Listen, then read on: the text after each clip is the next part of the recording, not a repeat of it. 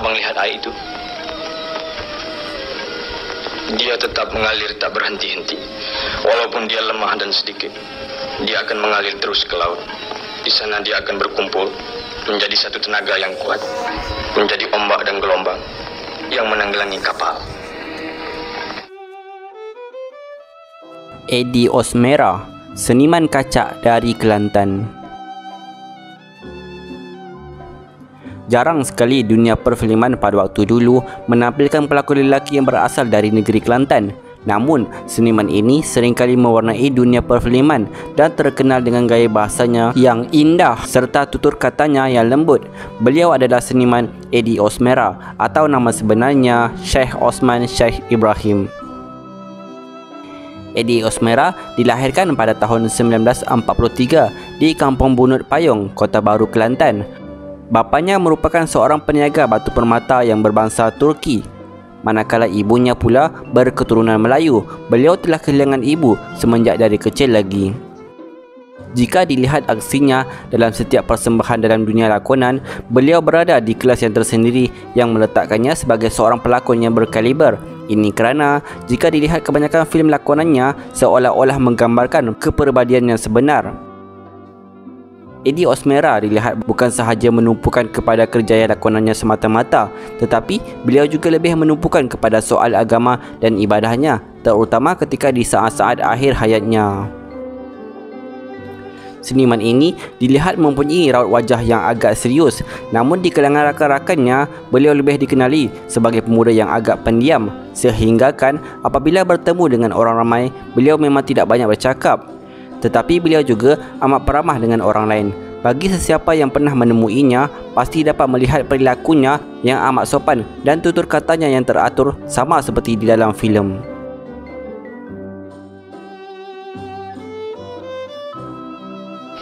Tuhan itu adil, kata kau. Kerana aku dilahirkan begini.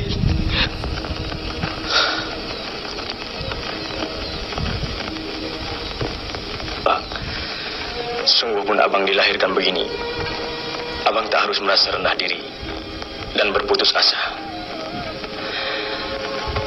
Mungkin abang ada sesuatu keistimewaan yang tak ada pada diri orang lain. Beliau memulakan kerjayanya dalam bidang seni lakonan ini bermula pada tahun 1964 dengan membintangi filem Panglima Besi arahan Allahyarham M. Amin. Sepanjang penglibatannya dalam dunia lakonan, kerjaya seninya banyak dikembangkan oleh pengarah dan juga pelakon seperti Datuk Jamil Sulong, Omar Rozik, S. Kadarisman dan banyak lagi. Malah, beliau juga pernah mendapat bimbingan dan membintangi filem-filem arahan pengarah terkenal seperti P. Ramlee, Aziz Sattar, Jin Samsudin dan banyak lagi. Daripada nasihat ayah kamulah aku dapat menjadi pegawai yang berdisiplin. Terima kasih, cikgu. Kembali. Kebanyakan filem-filem lakonannya adalah bercorak aksi persilatan dan pertarungan. Tambahan lagi, beliau sering memegang watak utama dalam sesebuah filem. Ini kerana ketampanan wajahnya dilihat sangat sesuai memegang apa watak sekalipun, terutama sekali sebagai hero filem di tahun 60 dan 70-an. Filem yang telah mengangkat namanya sebagai pelakon aksi pertarungan yang tidak mengecewakan ialah Panglima Harimau Berantai arahan S. Kadarisman pada tahun 1969. Oleh kerana kejayaan filem ini yang mendapat sambutan yang hangat, beliau sekali lagi dipilih untuk terus berlakon dalam siri filem tersebut iaitu Panca Indera Harimau Berantai pada tahun 1970. Dalam filem ini, Eddie Osmera bukan sahaja menunjukkan kehandalannya sebagai pendekar, tetapi juga kemahirannya bertarung biarpun kedua-dua matanya buta. Panglima Harimau Berantai dibunuh dengan kuasa keris Panca Indera. Tidak dengan kependekaranmu, Pincang. Aku hanya seorang danda buta. Tak sanggupkah kau menentang aku? Maukah kau disebut pendekar dayus? Baik, aku tentang kau dengan tidak menggunakan kekuasaan keris ini. Hish, hish, hish, hish. Jangan khawatir, kulitmu tak luka. Hanya bajumu saja, Pincang.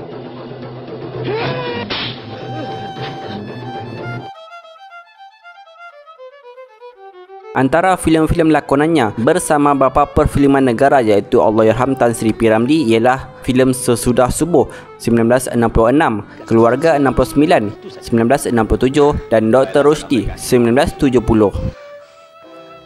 Walau bagaimanapun, pengarah Allahyarham S. Kadarisman dan Omar Ojik adalah orang yang banyak menggilap bakatnya di layar perak. Antara filem lain di bawah arahan S. Kadarisman ialah Kembang Layu 1970, Kudrat 1971, Hutang Darah 1972 dan Cengkaman Maut 1972. Manakala bersama Omar Ojik pula adalah filem Keranda Jingga 1969, Tuah Badan 1970 dan Semerah Cindai 1973. Pada tahun 1975, Eddie Osmera telah berehat sebentar dari dunia lakonan selama hampir 5 tahun selepas berlakon dalam filem Pertiwi arahan M. Amin. Selepas itu, beliau telah kembali semula ke persada seni dengan membintangi filem Private Lapok pada tahun 1980 arahan Allahyarham Datuk Aziz Sattar. Beliau terus bergiat aktif dalam dunia lakonan dengan membintangi filem Raja Laut pada tahun berikutnya, dan setahun kemudian beliau mula mengarahkan filem pertamanya yang berjudul Ribut di Hujung Senja 1982.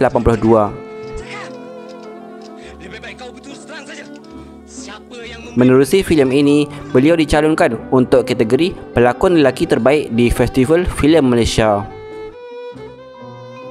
Selepas mengarahkan filem tersebut, beliau dilihat jarang muncul sebagai watak utama dalam sesebuah filem. Hal ini mungkin kerana atas faktor usia dan seringkali melibatkan diri dalam dunia pengarahan. Banyak drama yang pernah dihasilkannya sebelum membuat keputusan untuk mengundurkan diri dari dunia seni pada tahun 90-an. Namun jika dilihat dengan teliti, kebanyakan drama yang dihasilkannya lebih memfokuskan kepada elemen keagamaan. Beliau dikatakan mula mendalami ilmu agama sekitar tahun 70-an selepas diperkenalkan oleh seniman Ahmad Nisfu.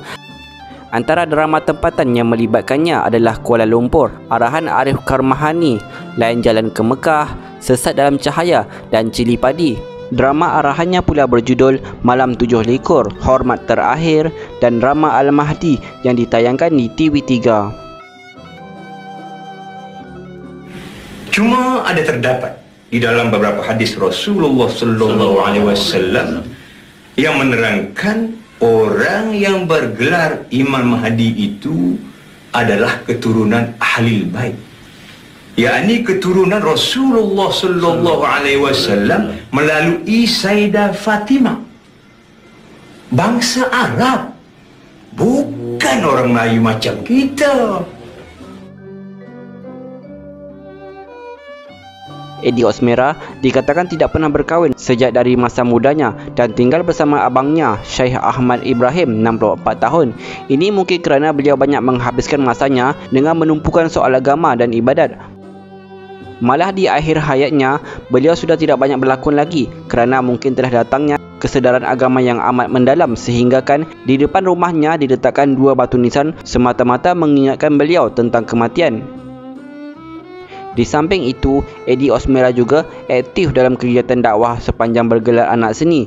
Inilah matlamat hidup seorang insan seni yang bergelar pelakon, sebagai pelakon yang bukan sahaja menumpukan kepada kerjaya lakonannya, tetapi lebih dari itu, beliau juga lebih menumpukan kepada hal-hal keagamaan dan ibadat.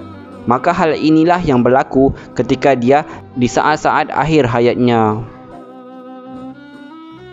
Allahyarham Syekh Osman Syekh Ibrahim 63 tahun menghembuskan nafasnya ketika berehat bersendirian di dalam biliknya pada jam 2 petang di kediamannya di Kampung Laksmana Batu Cave pada tanggal 2 Januari 2005.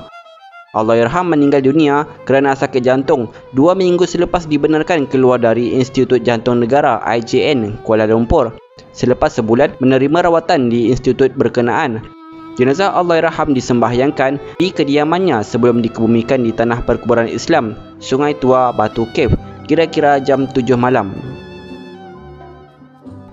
Antara rakan artis yang menziarahi jenazah di kediamannya ialah pengarah filem Datuk Yusof Aslam dan Yusuf Kelana, pelakon M. Rajoli serta wartawan veteran Aimi Jar. Semoga Allah menjujuri rahmat ke atas rohnya. Al-Fatihah.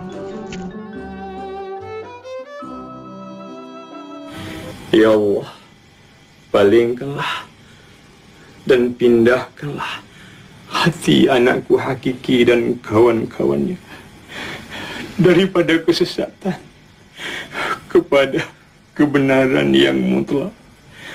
Amin. Ya Rabbal Alamin. Sesungguhnya perintahmu ya Allah lebih cepat lagi daripada kelipan mata. Amin. Ya Rabbal Alamin. Ya Sami'as Sawab. Ya Sami'as.